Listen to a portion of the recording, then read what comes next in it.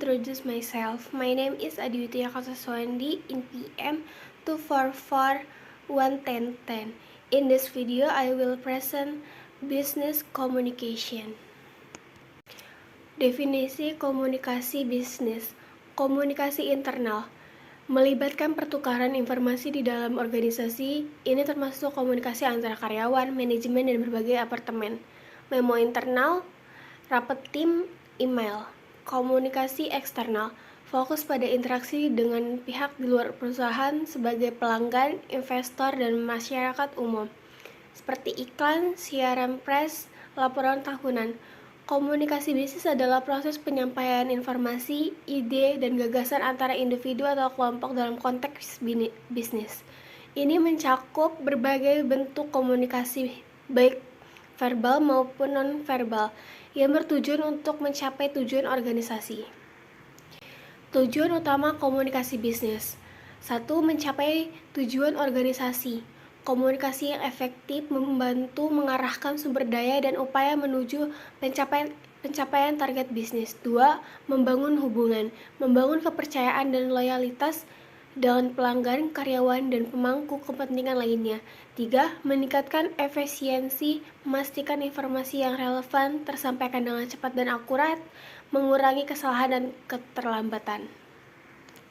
Komunikasi bisnis yang efektif bertujuan untuk mencapai tujuan organisasi, membangun hubungan yang kuat, dan meningkatkan efisiensi operasional. Dengan komunikasi yang baik, perusahaan dapat mencapai kesuksesan yang berlanjut.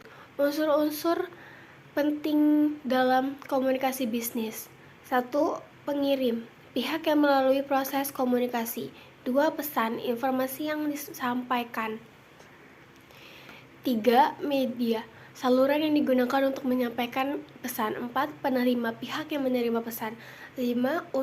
Umpan balik, respon penerima terhadap pesan. Komunikasi bisnis terdiri dari beberapa unsur penting: pengirim, pesan, media, penerima, dan umpan balik. Setiap unsur memainkan peran penting dalam memastikan komunikasi berjalan efektif dan mencapai tujuan yang diinginkan. Bentuk-bentuk komunikasi bisnis. 1. Verbal, komunikasi lisan seperti presentasi, rapat, dan percakapan tatap muka.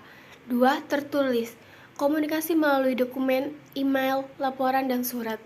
3. Nonverbal, komunikasi melalui tubuh, ekspresi wajah, dan nada suara. Komunikasi hadir dalam berbagai bentuk termasuk verbal, tertulis, dan nonverbal. Pemahaman dan penguasaan berbagai bentuk komunikasi ini sangat penting untuk mencapai efektivitas dalam berinteraksi dengan berbagai pihak. Hambatan dalam komunikasi bisnis. 1. Perbedaan budaya.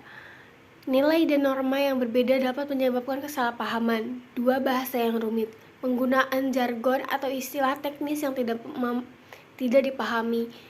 3. Kurangnya perhatian, penerima tidak fokus dan tertarik pada pesan. Beberapa hambatan dapat menghalangi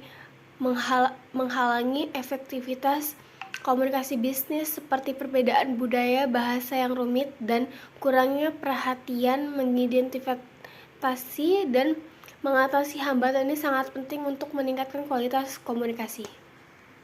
Strategi meningkatkan komunikasi bisnis. 1. Dengarkan dengan aktif, fokus pada apa yang dikatakan orang lain dan berikan umpan balik yang relevan.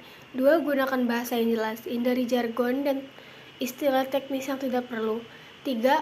Berikan umpan balik, memberikan umpan balik yang konstruktif untuk meningkatkan pemahaman. Ada beberapa strategi untuk meningkatkan komunikasi bisnis, termasuk mendengarkan dengan aktif, menggunakan bahasa yang jelas, dan memberikan umpan balik yang konstruktif. Dalam menerapkan strategi ini, perusahaan dapat membangun komunikasi yang lebih efektif. This is what I can convey. I apologize in advance if there are any unclear words. Thank you.